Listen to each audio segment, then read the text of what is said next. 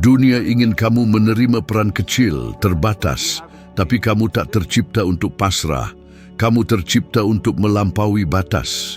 Pikirkan baik-baik. Berapa kali kamu mengecilkan diri agar sesuai dengan tempat yang tak menginginkanmu? Berapa kali kamu berkata ya, padahal ingin berteriak tidak? Berapa kali kamu diam karena takut dihakimi karena menjadi dirimu sendiri? Mungkin kamu membawa identitas yang bukan milikmu. Mungkin kamu berusaha memenuhi ekspektasi orang lain. Maka kamu merasa lelah, habis tenaga, frustrasi. Tentu saja, karena tak ada yang lebih melelahkan daripada menjalani hidup orang lain, sementara hidupmu sendiri meronta-ronta meminta kebebasan.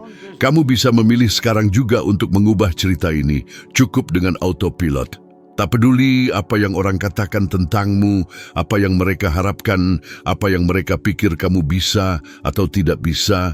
Yang penting adalah apa yang kamu pilih untuk percaya mulai sekarang. Ketika saya mulai melakukan itu, ketika saya berhenti mencari jawaban dari luar dan melihat ke dalam, semuanya berubah. Prosesnya tak cepat, tak mudah, tapi nyata. Saya mulai membangun citra diri yang baru, berbasis pada siapa yang ingin saya jadi, bukan apa yang orang lain katakan. Dan tahukah apa yang terjadi? Dunia di sekitar saya pun ikut berubah. Karena ketika kamu berubah dari dalam, alam semesta akan merespon. Kamu bukanlah masa lalumu. Kamu bukanlah namamu. Kamu bukanlah kegagalan-kegagalanmu. Kamu adalah kekuatan yang tetap bertahan, meski setelah semuanya. Dan jika kamu masih di sini, berarti ada sesuatu yang luar biasa menantimu. Sekarang katakan, siapa yang kamu pilih untuk menjadi? Pernahkah kamu berpikir mengapa sebagian besar orang bekerja 40 tahun, dari Senin sampai Jumat, dari jam 9 sampai 5, hanya untuk berakhir dengan hampir nihil? Kita berada di benua terkaya dalam sejarah. Kita memiliki akses teknologi, informasi, pendidikan, seperti yang belum pernah terjadi sebelumnya. Namun, 95% hidup dalam ketakutan, terbatas, terpenjara. Mengapa? Karena mereka telah dikondisikan. Sejak lahir, kita terendam dalam sistem yang membentuk cara berpikir kita tanpa kita sadari. Kita diajarkan untuk mengikuti arus, patuh, tidak mempertanyakan. Kita mendengar hal-hal seperti lebih baik tidak mengambil risiko, bersikap realistis, jangan bermimpi terlalu tinggi. Dan yang terburuk, kita percaya, kita menerima, kita beradaptasi. Saya pernah seperti itu. Saya bekerja di pabrik SPBU sebagai petugas pemadam kebakaran. Saya melakukan apapun yang ada, bukan karena saya suka, tapi karena saya pikir itulah yang bisa saya lakukan, itulah yang diajarkan kepada saya. Hingga suatu hari, saya melihat sekeliling dan berpikir, apakah ada orang yang benar-benar tahu apa yang mereka lakukan? Karena semua orang tampak tidak bahagia, lelah, hancur. Saya bertanya pada diri sendiri, jika ini adalah jalan yang benar, mengapa tidak ada yang mencapai apapun? Saat itulah saya menyadari apa yang kebanyakan orang tidak sadari. Mengikuti massa tidak akan pernah membawa Anda melampaui rata-rata. Dan rata-rata secara statistik adalah kemiskinan emosional dan finansial. Studi menunjukkan bahwa lebih dari 70% orang hidup dengan utang atau kesulitan keuangan. Dan itu bukan karena kurangnya bakat, bukan karena kurangnya usaha. Itu adalah kelebihan kepatuhan. Kepatuhan pada standar, pada rasa takut, pada lakukan seperti yang dilakukan semua orang. Tapi izinkan saya mengatakan sesuatu. Lingkungan tempat Anda tumbuh, suara-suara yang mengelilingi Anda, batasan yang diberlakukan, tidak ada satupun yang menentukan takdir Anda. Tidak ada. Anda mungkin dikelilingi oleh orang-orang negatif. Anda mungkin berasal dari keluarga yang berantakan. Anda mungkin telah gagal 1000 kali. Namun demikian, Anda masih bisa mengubah semuanya. Bagaimana caranya? Dengan berhenti menerima sebagai kebenaran mutlak semua yang diajarkan kepada Anda. Ketika seseorang mengatakan ini tidak mungkin, dia tidak sedang berbicara tentang Anda. Dia sedang berbicara tentang keterbatasan dirinya sendiri. Tapi jika Anda tidak waspada, Anda akan menganggap keterbatasan itu sebagai milik Anda. Saya melihat ini setiap hari. Orang-orang dengan bakat luar biasa, ide-ide brilian, tetapi tidak pernah maju. Mereka hidup dengan takut terlihat berbeda, takut tidak disukai, takut gagal. Tapi izinkan saya mengatakan, Anda sudah gagal dengan mencoba menjadi orang yang bukan diri Anda. Anda sudah mengecewakan diri sendiri dengan mengabaikan mimpi-mimpi Anda, dan tidak ada yang lebih menyakitkan daripada itu. Orang-orang berbicara tentang kebebasan. Mereka menginginkan kebebasan finansial, kebebasan waktu. Tapi bagaimana mereka bisa bebas jika pikiran mereka terpenjara? Jika setiap keputusan bergantung pada pendapat orang lain? Jika rasa takut dihakimi lebih besar daripada keinginan untuk mencapai tujuan? Anda tidak perlu diterima oleh semua orang. Anda perlu jujur pada diri sendiri. Anda perlu berani berpikir berbeda, mengikuti jalan lain, mempersoalkan norma. Tahukah Anda pekerjaan yang Anda benci, tetapi terus dilakukan karena takut tidak menemukan pekerjaan lain? Tahukah Anda ide yang hidup di kepala Anda, tetapi tidak pernah dipraktikkan karena orang lain mengatakan itu tidak akan berhasil? Tahukah Anda bakat yang Anda sembunyikan karena terlihat konyol?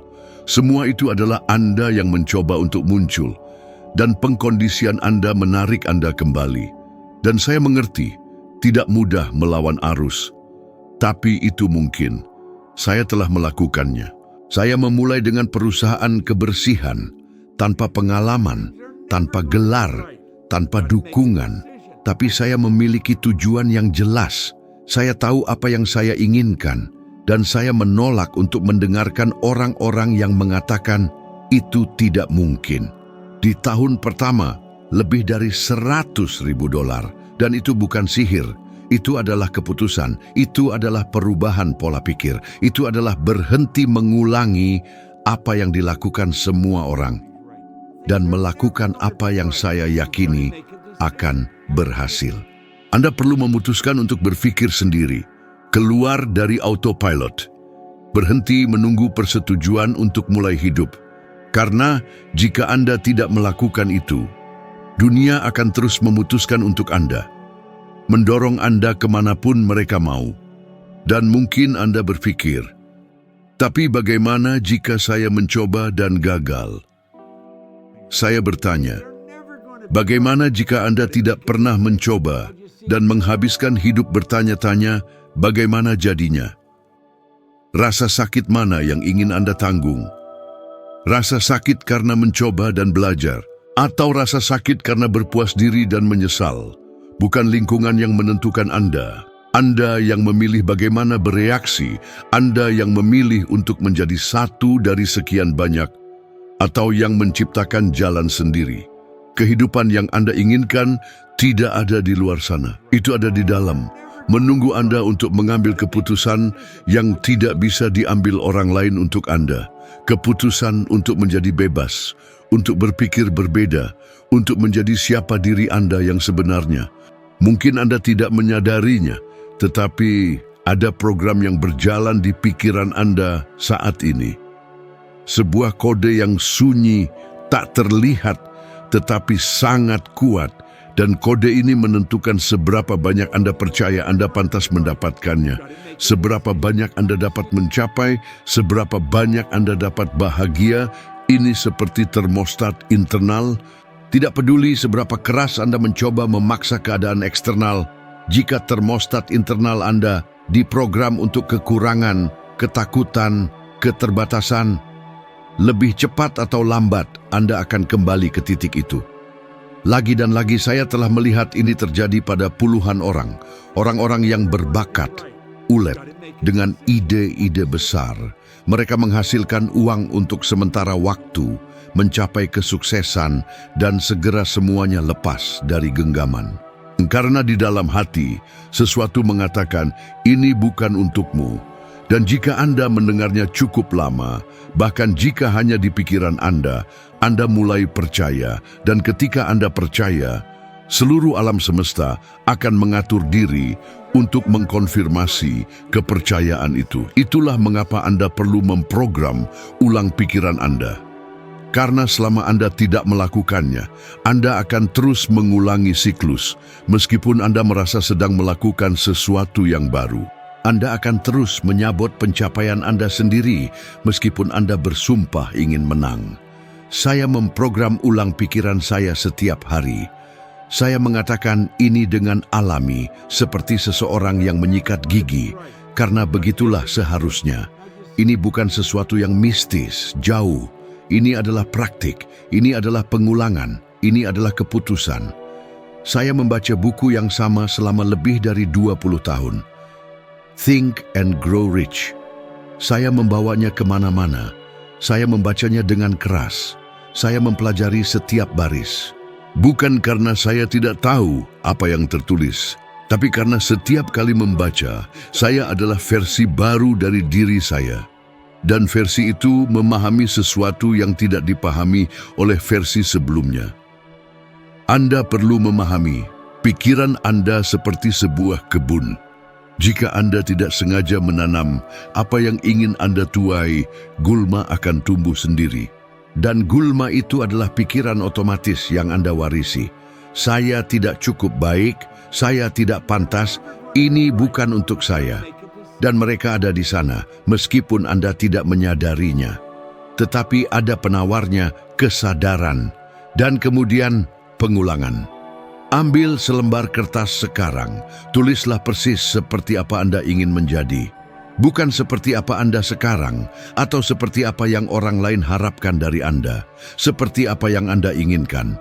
Tulislah dalam bentuk sekarang, seolah-olah itu sudah menjadi kenyataan. Saya makmur, saya percaya diri, saya bebas. Jangan khawatir jika itu terasa seperti kebohongan.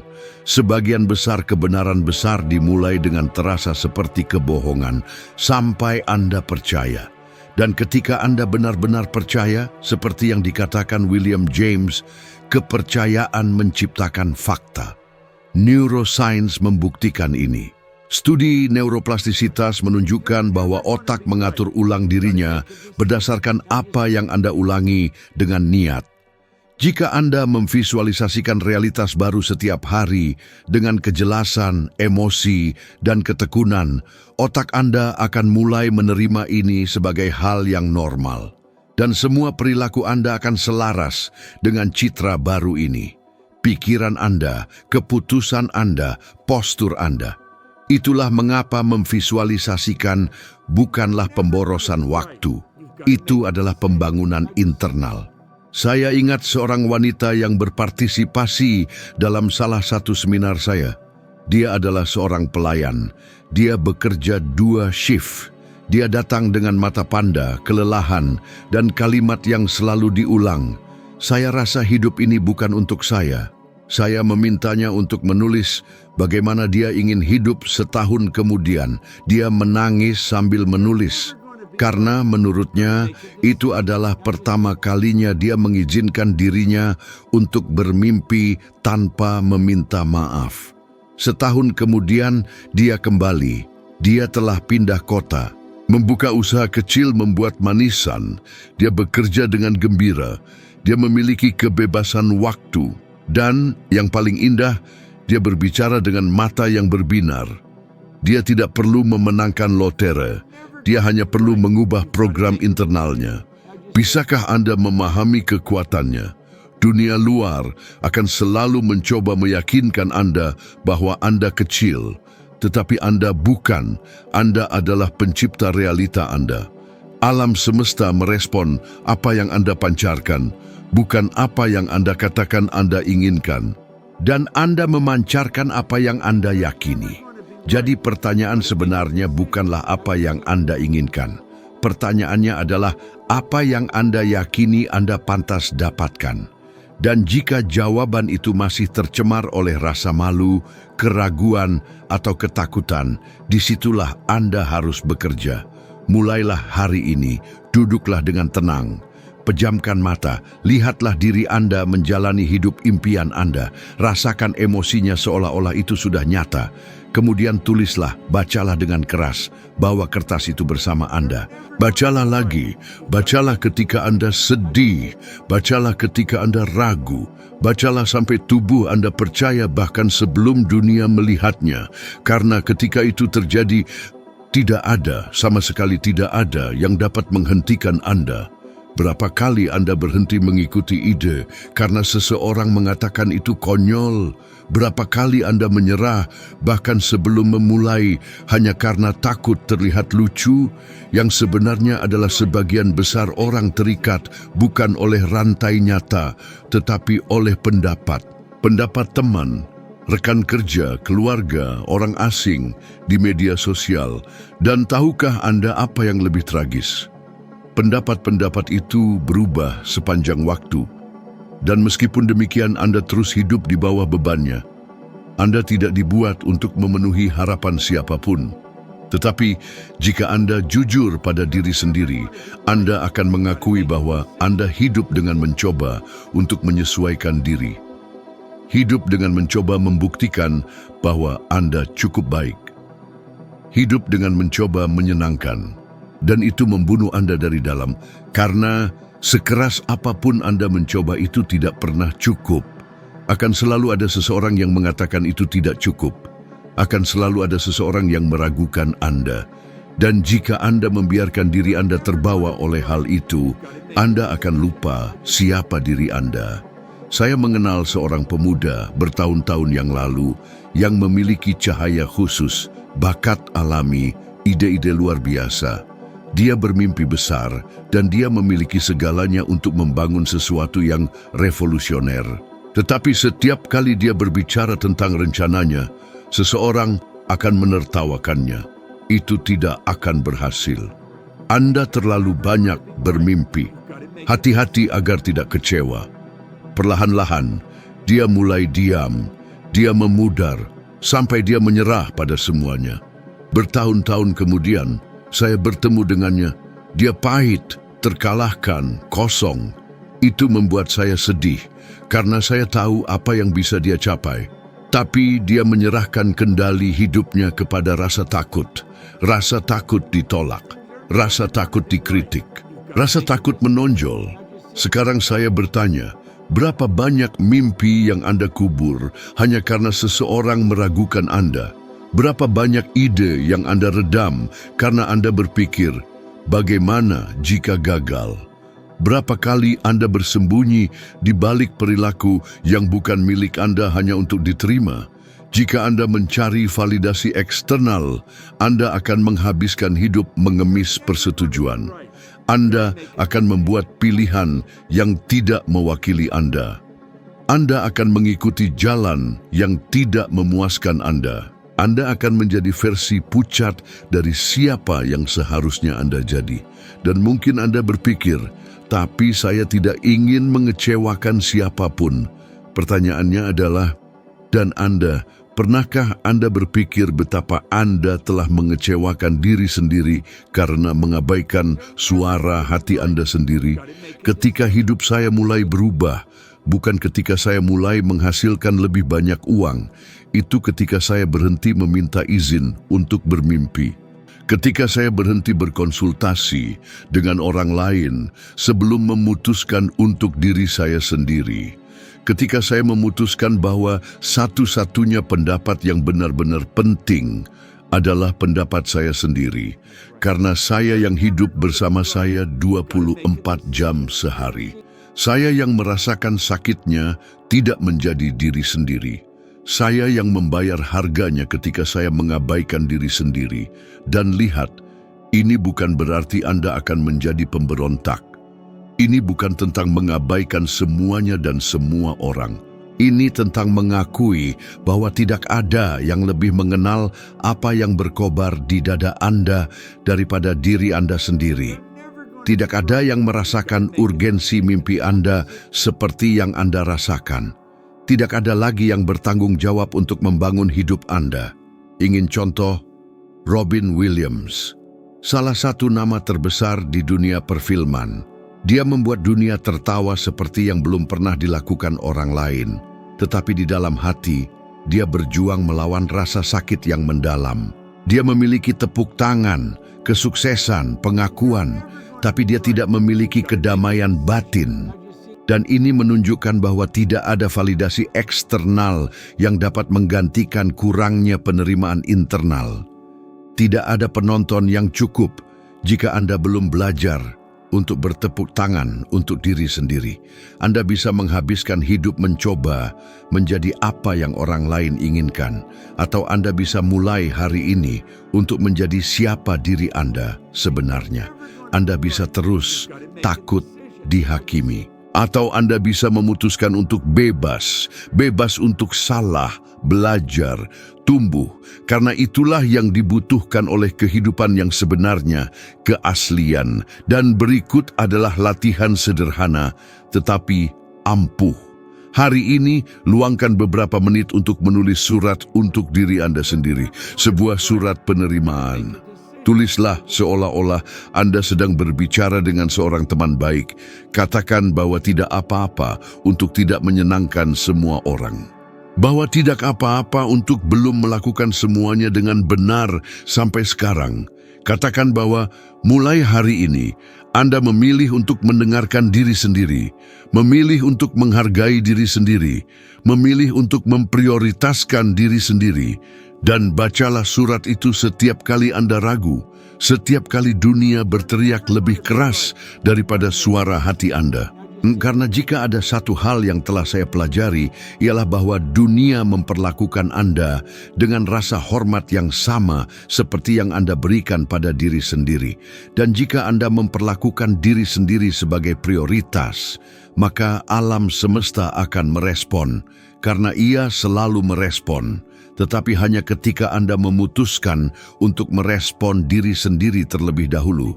Pernahkah kamu benar-benar merenung, menggali inti dirimu sendiri? Kalau yang pertama kali terlintas adalah namamu, berarti kamu belum mengenal diri sendiri. Mungkin kamu merasa identitasmu melekat pada raga ini, pada kulit dan tulang yang kau tempati. Tapi itu hanya sebagian kecil, jauh dari kebenaran sejati. Atau mungkin kamu mengukur dirimu dari pekerjaan atau harta benda. Kalau begitu kamu telah tersesat jauh, karena jati dirimu itu tak terjamah, tak kasat mata. Namun ia mampu mengubah segalanya di sekitarmu. Bayangkan, hidupmu sekarang ini hanyalah bayangan refleksi dirimu yang terdistorsi, kesulitan finansial, kegagalan karier, kekacauan emosi. Bukanlah kesalahan orang lain, melainkan buah dari gambaran diri yang keliru. Dulu, saya merasa sudah mengenal diri sendiri. Saya berkata, saya Bob Proctor, dan itu terasa cukup. Tapi suatu hari saya tersadar, nama itu hanya label, sebuah bunyi, huruf-huruf yang dipilih orang tua saya. Dan tubuh ini bukanlah saya. Ini tubuh saya, sama seperti tangan saya, lengan saya, wajah saya. Kita kan tak pernah bilang saya adalah kaki, kan absurd. Apa yang sebenarnya saya adalah sesuatu yang tak terucapkan. Ia adalah pikiran, perasaan, imajinasi saya yang membentuk realitas saya. Lama saya hidup sebagai bayangan, terombang-ambing oleh pandangan orang lain. Mereka menyebut saya bodoh, malas, tak akan berhasil. Dan karena percaya itu, saya pun menjadi seperti itu. Saya hanya bereaksi terhadap kehidupan, bukan menjalaninya. Setiap kritik adalah batu bata, setiap penolakan adalah semen. Saya membangun penjara sendiri.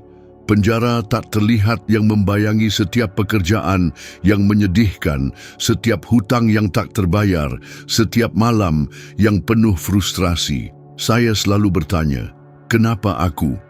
Tapi pertanyaan yang sebenarnya bukanlah itu. Pertanyaan yang tepat adalah, siapakah aku? Ray Stanford lah yang mengubah hidup saya. Ia menatap mata saya dan berkata, jika kamu tak suka hasilnya, ubahlah dirimu. Bukan dunia, bukan orang lain. Kamu sendiri. Saat itu terasa terlalu sederhana. Namun kata-katanya bergema di benak saya. Bagaimana mungkin mengubah sesuatu jika saya sendiri tak mengenal diri? Kebanyakan orang percaya mereka mengenal diri sendiri. Tapi coba katakan, apakah kamu tahu mengapa kamu terbangun dengan beban di dada? Mengapa kamu takut mengambil risiko, takut gagal, takut dihakimi? Pernahkah kamu menatap hidupmu dan berpikir, aku mengharapkan lebih dari ini? Jika iya, mungkin kamu juga belum mengenal dirimu sendiri. Mungkin kamu terdidik untuk percaya bahwa kamu lemah, terbatas, biasa saja. Setiap kali kamu mencoba menjadi berbeda, seseorang akan menasehati, jangan sok hebat. Saya tahu betapa pedihnya. Saya tahu bagaimana rasanya menyimpan potensi besar dalam diri, namun tak tahu bagaimana mewujudkannya. Begitulah hidup saya selama bertahun-tahun, hingga saya memutuskan untuk mempelajari diri sendiri. Bukan dari buku teks, bukan dari berita. Saya mulai meneliti pikiran saya, mengamati pola pikir saya, mempertanyakan keyakinan saya. Saya bertanya, siapa yang menanamkan ini? Apakah ini benar? Atau hanya ide usang yang tak pernah saya pertanyakan? Sebagian besar manusia hidup seperti zombie, mengulangi pola, bereaksi terhadap keadaan, mengenakan topeng. Mereka mengira identitas mereka adalah pekerjaan, hubungan, gaji, namun semua itu bisa berubah dalam sekejap. Jika itu berubah, bagaimana mungkin itu adalah dirimu? Dirinya yang sesungguhnya adalah sesuatu yang abadi, inti diri yang bermimpi, yang mendambakan, yang membayangkan kehidupan yang lebih baik. Saat kamu bermimpi tentang kebebasan, kelimpahan, tujuan hidup, itulah dirimu yang sebenarnya, itulah jiwamu yang mengingatkan siapa dirimu, dan dunia ingin memadamkan api itu.